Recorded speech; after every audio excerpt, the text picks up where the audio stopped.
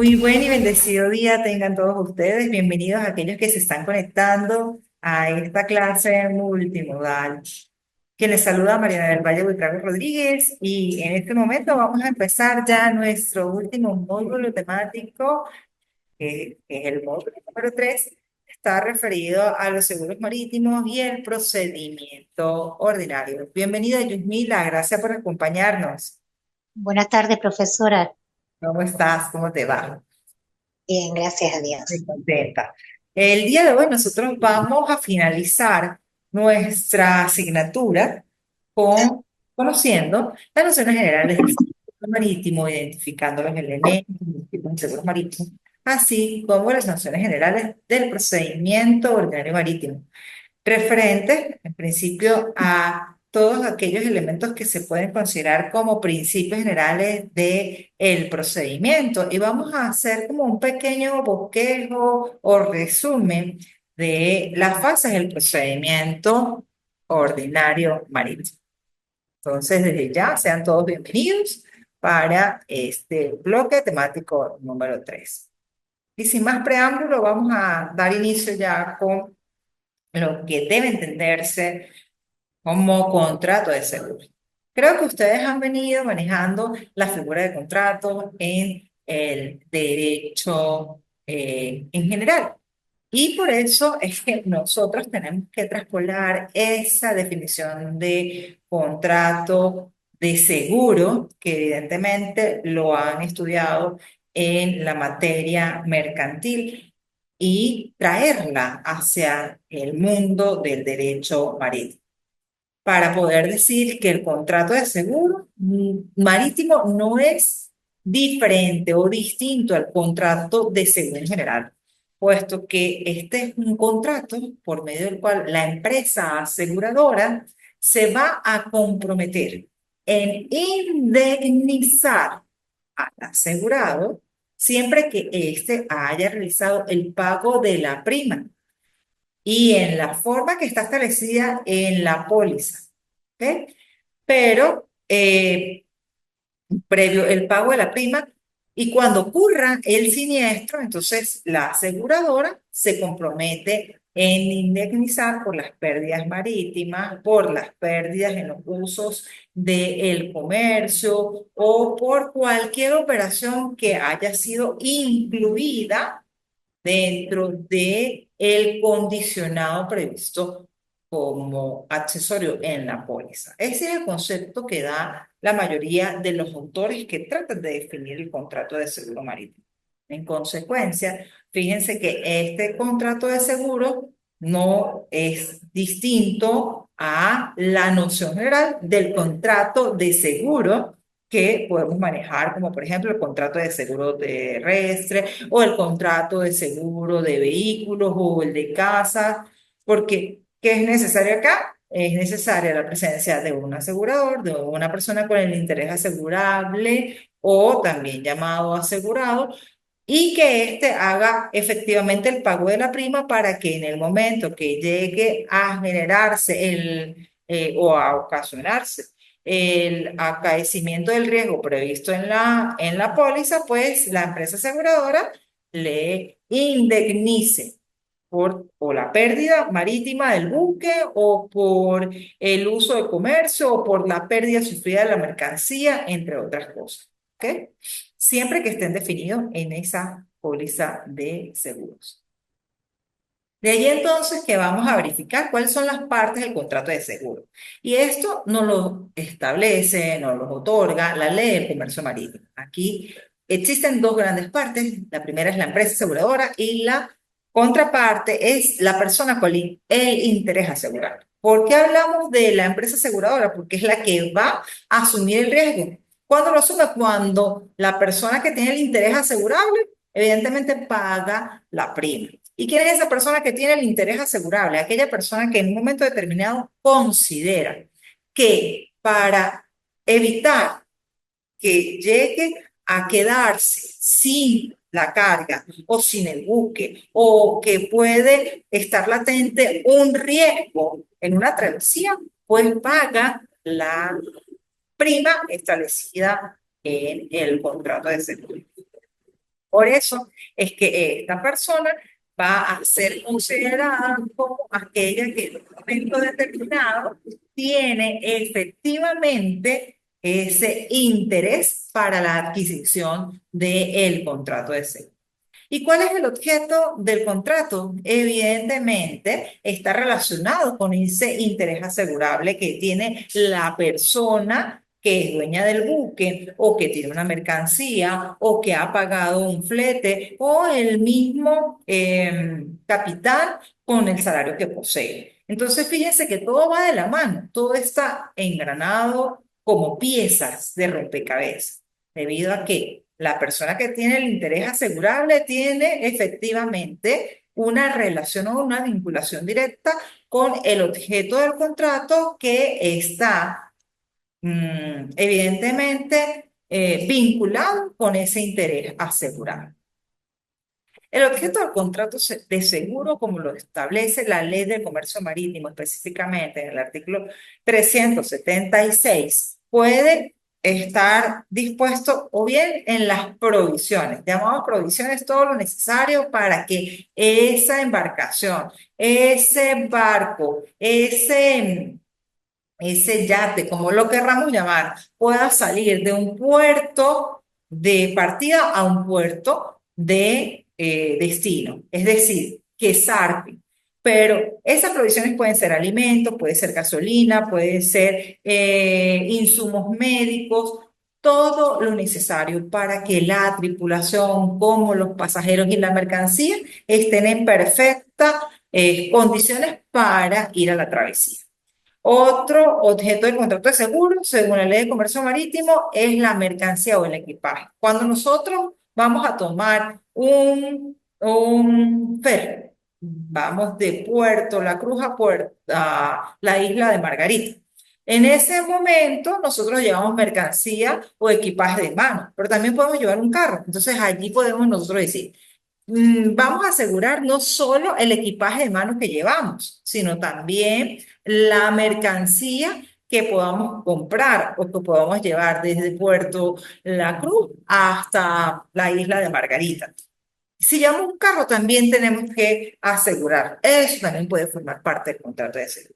También puede ser como objeto de contrato de seguro que se considere el lucro esperado por la llegada de la mercancía. Imaginemos que en este momento Yusmila compró un container en China y lo está trayendo por medio de transporte marítimo. Evidentemente ella tiene la expectativa de que llegue esa mercancía, todos los insumos, esos bienes que compró para poderlos legalizar a través de la aduana acá en Venezuela. Pero efectivamente ella tiene un monto de lo que percibirá cuando esa mercancía llegue aquí a Venezuela y lo pueda vender. Entonces, eso también puede ser objeto del contrato de seguro.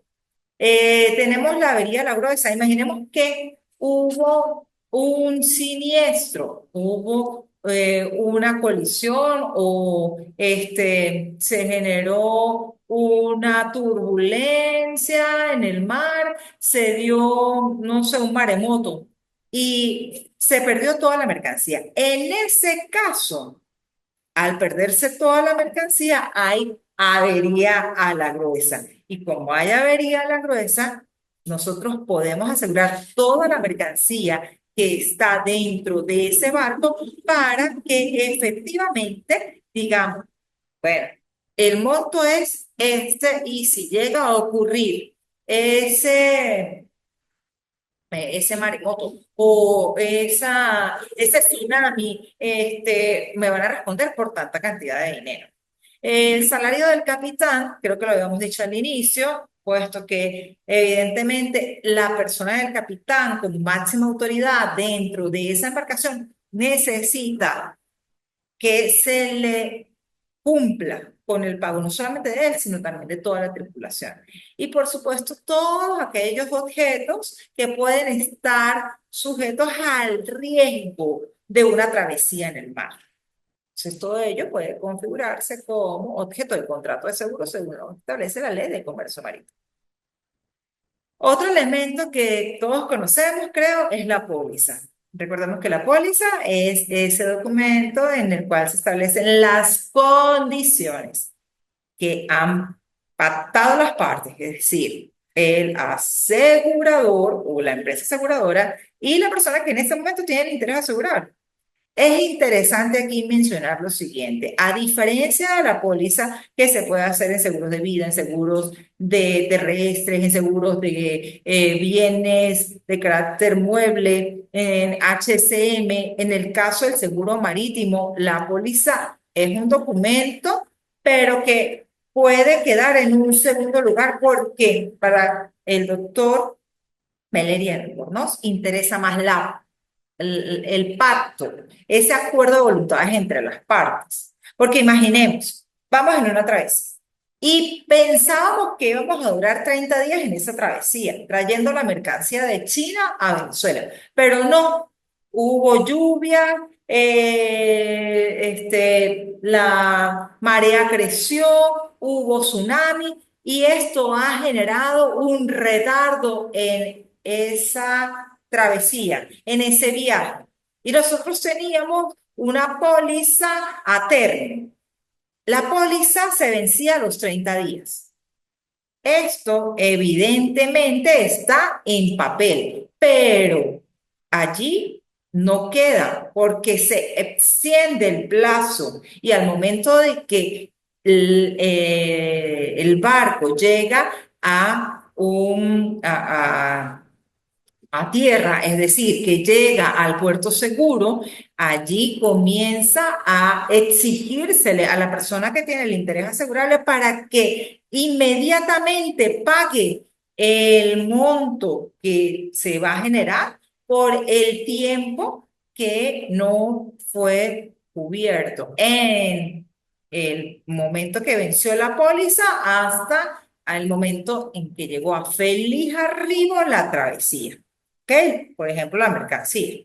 Y por eso lo que debe contener la póliza son la identificación de las partes, el puerto de zarpe, el puerto de destino, el objeto del interés asegurable, detallando cada uno de estos elementos, el monto, de qué fecha a qué fecha, y por si fuera poco, ¿quién puede retirar la mercancía en determinado puerto? Los tipos de póliza, vamos a tener distintos tipos de póliza. Ahí vamos a conseguir por viaje, es decir, salimos de el puerto de Puerto La Cruz y vamos al puerto de La Guaira. Entonces, en este caso, nosotros tenemos una ruta, un viaje establecido, Puerto de la Cruz a el puerto de La Guaira. Puede ser a término, a 30 días, pero esto puede ocurrir que el viaje se alargue un poco más por las condiciones climáticas, como ya hemos señalado. O la póliza que es fletante, producto de que vamos a incorporar toda la mercancía que tiene la embarcación. Ahora vamos a verificar algunos seguros marítimos, ¿ok? Puede ser, en primer momento, como señala la ley de comercio marítimo, el seguro sobre buques. Aquí nosotros vamos a asegurar todo lo que tenga el buque y cualquier elemento accesorio inherente al buque. Todo lo vamos a incorporar en esa clase de seguros, todo. Pero también puede ser sobre mercancía. El seguro sobre mercancía viene a cubrir el riesgo de pérdida de la mercancía, bien en su totalidad o bien en parte.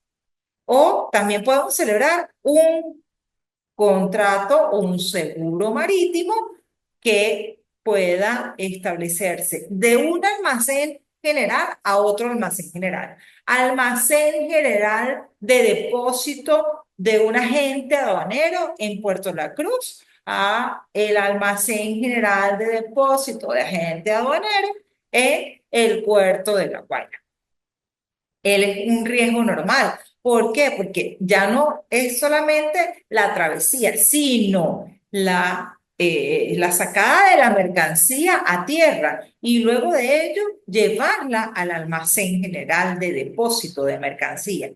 puede generarse que vengan unos delincuentes y se lleven la mercancía. Por eso es que este tipo de seguro es importante o interesante dentro de los seguros marítimos. También tenemos el de precio de pasaje.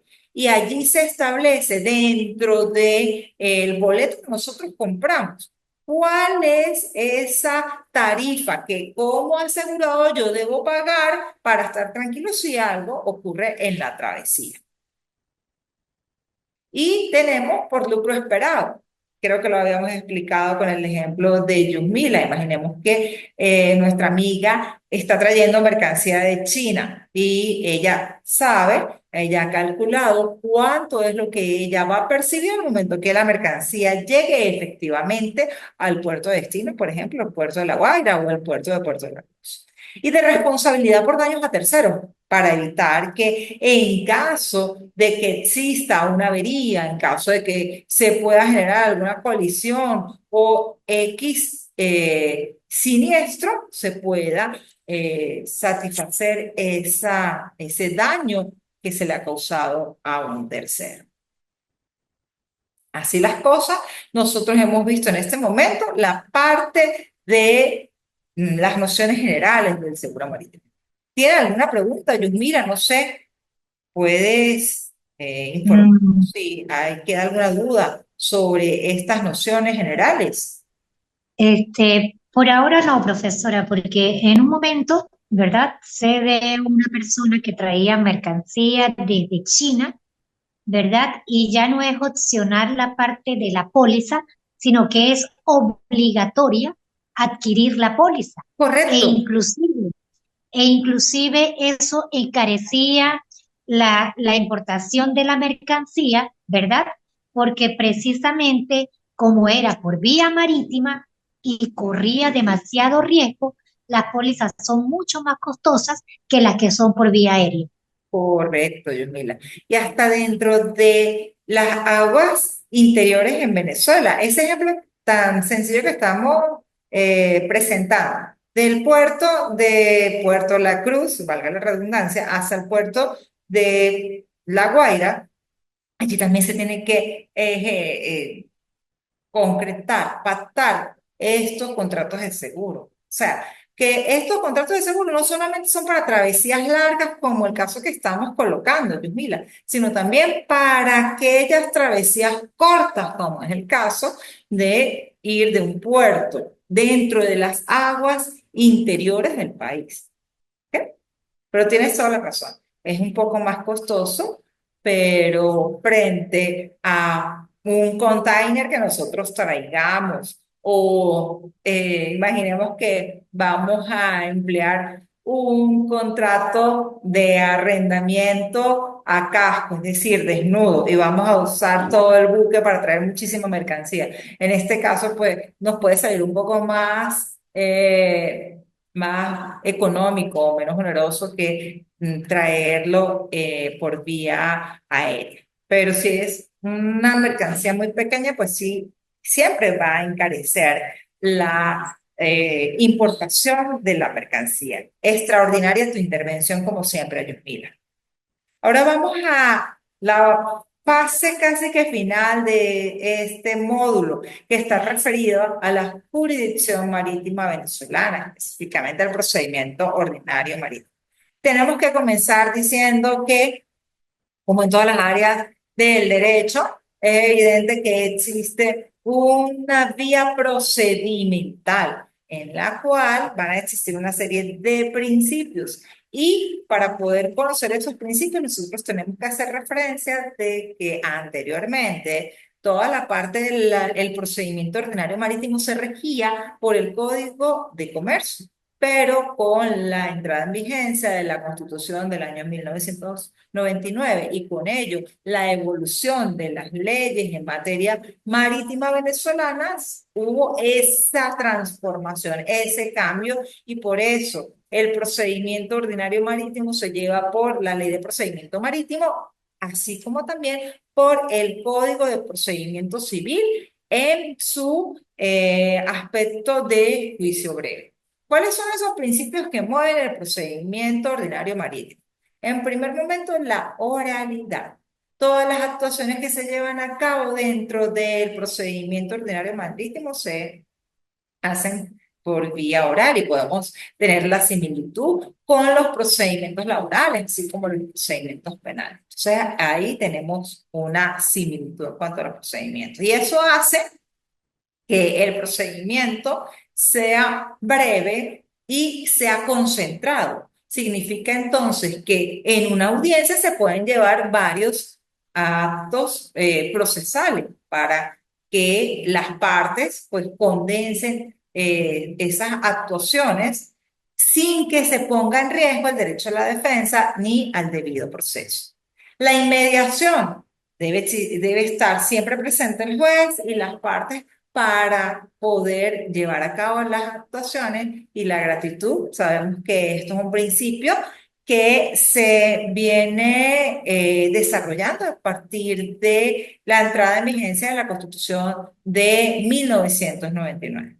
Y la publicidad significa que todas las actuaciones que se llevan a cabo dentro del procedimiento ordinario marítimo venezolano se dan a conocer no solamente a las partes, sino también a terceros.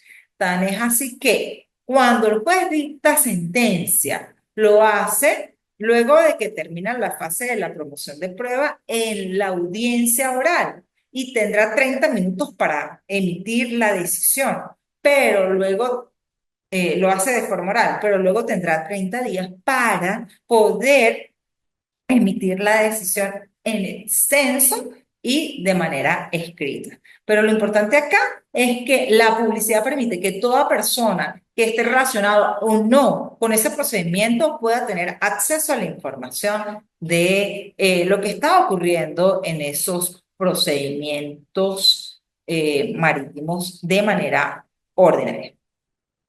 Aquí vamos a conocer un poquito lo que se considera como algunos visos, vamos a llamarlo así, algunos tips del procedimiento ordinario marítimo. Como les dije, este es un procedimiento eminentemente que se canaliza bajo el juicio oral y está constituido, como en todo proceso judicial, por una serie de actuaciones, vale decir, de actos consecutivos y consecuenciales. Ojo, yo no les vengo aquí a dar una clase de derecho procesal civil, porque usted tiene aquí los mejores académicos que les enriquecen en materia de derecho procesal civil, pero sí vamos a recordar un poquito las fases que se presentan dentro del procedimiento ordinario marítimo. Como en todo procedimiento judicial, se inicia con demanda. ¿Ok? Recordemos, la demanda debe estar identificada a las partes, debe aparecer todo lo que exige el artículo 340 del Código de Procedimiento Civil. Importante en este caso que para el procedimiento ordinario marítimo, la persona del demandante puede en algún momento presentar el libelo de demanda sin que tenga apoderado judicial. Pero presentada la demanda, tendrá 10 días para nombrar un apoderado judicial, quien debe presentar el poder. Porque si no hace esto, se entiende como que la demanda quedó desistida, o sea, como que si nunca se hubiera interpuesto. Otra de las cosas interesantes es que antes de presentarse la demanda, las partes pueden preconstituir pruebas.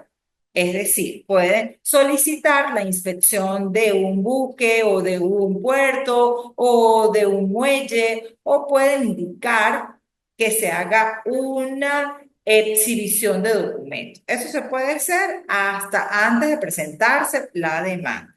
Luego, como en todo procedimiento judicial, necesariamente debe venir la citación del demandado para que él conozca que existe una demanda o una pretensión que se enervó en contra de él. Entonces, aquí se van a emplear todos los procedimientos que están dispuestos en el Código de Procedimiento Civil, pero además se le va a agregar la posibilidad de citar a través de la persona que se encuentre en el buque, siempre y cuando esté dos testigos y el funcionario que está llevando esa citación y se haga constar en el expediente. Entonces, imaginemos que van a citar a Mariana Buitrago, pero Yusmila está en esa embarcación. Como ella es tripulante de la embarcación, podemos llevar dos testigos o Pedro Pérez, como funcionario del tribunal, lleva dos testigos y deja constancia de que Yusmila, que es tripulante de la embarcación La Condesa, con tales y tales características, se le ha entregado la citación para que ella haga lo concerniente y pueda ser citada a Mariana Buitrago. ¿Ok? Luego, evidentemente, tenemos el lapso para dar contestación a la demanda. Aquí puede ocurrir varias cosas. Una, que el demandado pueda oponer cuestiones previas, ¿ok? Y ahí se abre una incidencia. En este caso, se debe subsanar el defecto presentado en la cuestión previa y el juez revisará y podrá resolver ese interlocutorio. Pero sí hay una reforma a la demanda, volvemos nuevamente a tener el plazo de los 20 días para dar contestación a la demanda. Pero dentro de la contestación de la demanda, la parte del demandado puede promover las pruebas que considere necesarias y las pruebas que va a promover son puras documentales. ¿Okay? Contestada la demanda, se va a hacer una audiencia que se llama la audiencia preliminar. Y en esta audiencia preliminar, las partes, es decir, demandante y demandado, van a promover las pruebas que crean convenientes. Y evidentemente va a haber un lapso para la oposición de esas pruebas, que son 5 días. Y si hay oposición a las pruebas que se presentan en la audiencia preliminar, el juez tiene 3 días, luego que se acaban los 5 de la oposición, para resolver si es viable la oposición o no. Si no ha habido oposición o si se resolvió la oposición por parte del juez, se va a ir inmediatamente a la exhibición y la inspección. ¿Exhibición de qué? De muelles, del buque, de diques, entre otros. Y perdón, es la inspección de muelles, diques y buques. Y la inspección de documentos, de fotografías, de cualquier elemento que sea necesario. Finalizado esto, viene la audiencia oral. Y en esa audiencia oral, si alguna de las partes, específicamente, si el demandante no acude, se entiende que el efecto es que desistió de la demanda. Pero si las partes acuden, demandante y demandado, ellas tienen el derecho a defenderse exponiendo oralmente en un tiempo de 30 minutos las pruebas y el juez va a recepcionar esas pruebas. Luego se hace la evacuación de las pruebas según lo establece el Código de Procedimiento Civil y como les dije al inicio del procedimiento, la decisión debe emitirla el juez en 30 minutos y la va a hacer de forma oral. Pero, ojo, él tendrá la posibilidad o el deber de emitir la decisión en el extenso, un lapso que no va a ser superior a 10 días. Ojo, 10 días para hacer la publicidad y el registro de la decisión. Interesante en este punto mencionar que esa decisión tiene apelación en ambos efectos. Entonces, fíjense que es un procedimiento súper corto, es un procedimiento breve, eminentemente oral, tiene la concentración de las actuaciones y necesariamente se verifica la inmediación de las partes dentro del proceso. Con esto, mis queridos amigos, hemos terminado el módulo número 3. Recuerden que dentro de nuestra plataforma tecnológica educativa del IESI conseguimos un video instruccional que explica con más detalle la información de este encuentro tecnoformativo y también hay unas lecturas recomendadas que le van de alguna u otra manera a darle mayor fluidez a esta información. ¿Qué hemos visto durante el recorrido de nuestra materia? Bueno, al principio vimos una introducción al derecho marítimo, aprendiendo algunas nociones generales, como las autoridades marítimas, como lo que es el derecho marítimo, los aspectos que se vinculan de otras ramas del derecho con el derecho marítimo.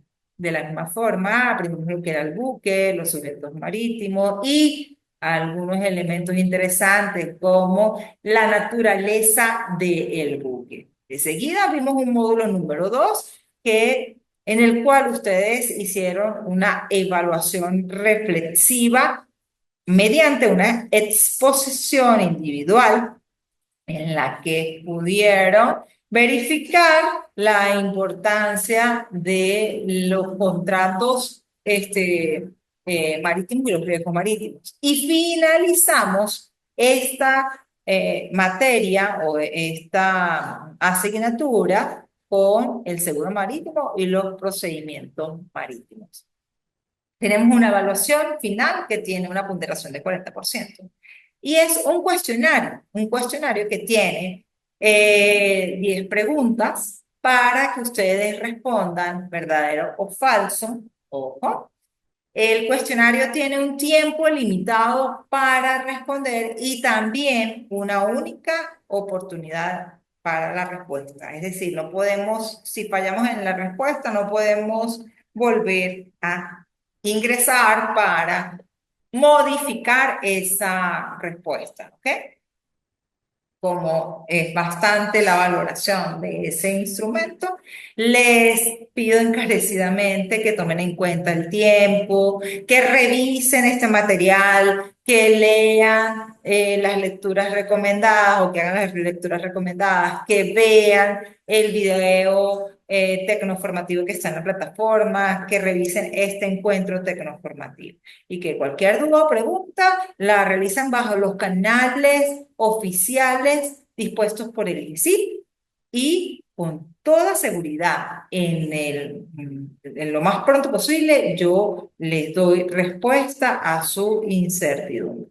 Sin más, entonces me despido de ustedes dándoles una gran bendición, deseándole el mayor de los éxitos en esta última evaluación y recordándoles que si ustedes dejaron pendiente a la presentación de alguna de las unidades temáticas 1 y 2, recuerden que tenemos una unidad recuperativa, pudiésemos decir, que es la de nivelación, para que ustedes puedan cumplir a cabalidad con todas las asignaciones dispuestas. Entonces, les invito a que hagan este cuestionario, un cuestionario sencillo, para que puedan tener el total de la calificación que se ha planificado y programado en esta asignatura Derecho Marítimo. Sin más que decirles, se despide de ustedes Mariana Buitrago. Hasta otra oportunidad. Hasta luego.